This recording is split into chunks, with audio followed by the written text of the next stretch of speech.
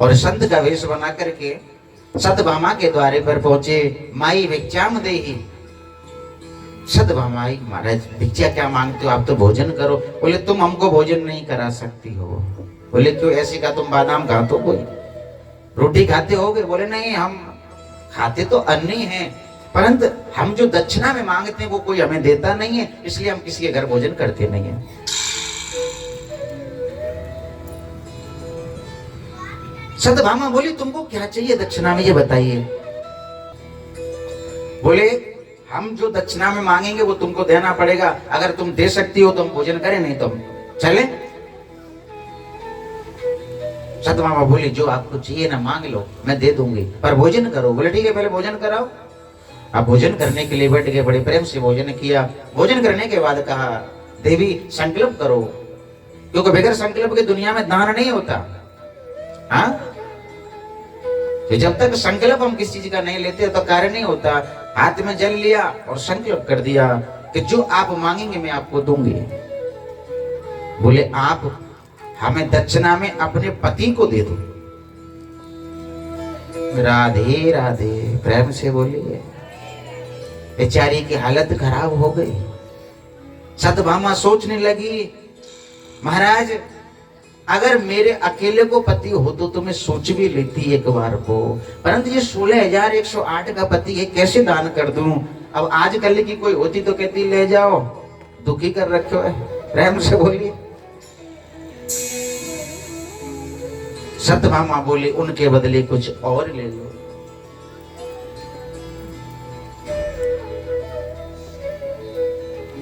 कि नाम भगवान का जो दिल से लिया करते हैं, नाम भगवान का जो दिल से लिया करते हैं, नाम भगवान का जो दिल से लिया करते हैं, नाम भगवान का जो दिल से लिया करते हैं, नाम भगवान का जो दिल से लिया करते हैं, अपने भक्तों को प्रभु तार दिया करते हैं, अपने भक्तों को प्रभु तार दिया करते हैं। नाम भगवान का जो दिल से लिया करते हैं, नाम भगवान का जो दिल से लिया करते हैं।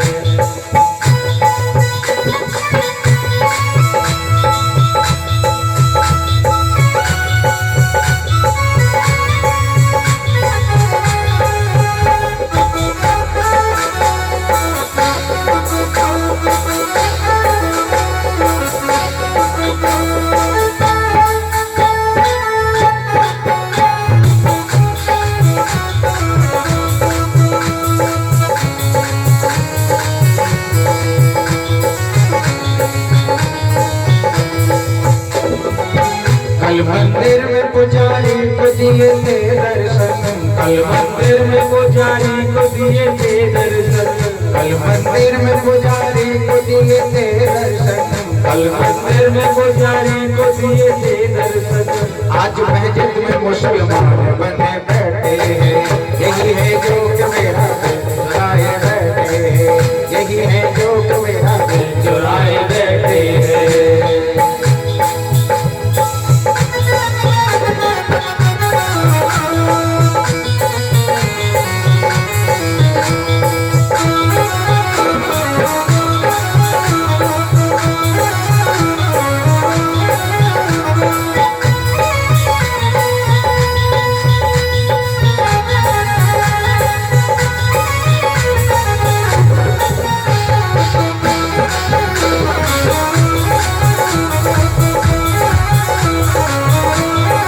गोविंद भगवान की। सतभामा घबरा गई, बोले महाराज कुछ और मांग लो, मैं ठाकुर जी को नहीं दे सकती। बोले उनके बदले कुछ और दे सकती तो दे दो। बोले सोना चांदी हीरा पन्ना जो कुछ चाहिए सो ले जाओ। अब तो महाराज एक तराजू बनाया, ठाकुर जी को बैठाया, एक तरफ सोना चांदी हीरा पन्ना चढ़ा दिए, एक तरफ ठाकुर जी, पर ठाकुर जी के बराबर नहीं हुए। अब तो महाराज सतभामा परेशान हो गई, हे ठाकुर जी मैं क्या करूं। दौड़ी दौड़ी रुक्मणी जी के पास गई, बोले बहन ऐसे ऐसे बात हो गई। बोले हुई नहीं है, कर दी गई है। वो जो संत है ना वो नारद जी हैं, और ये लीला जिन्होंने लिखी है उनका नाम है द्वारकाधीश कृष्ण। प्रेम से बोलिए।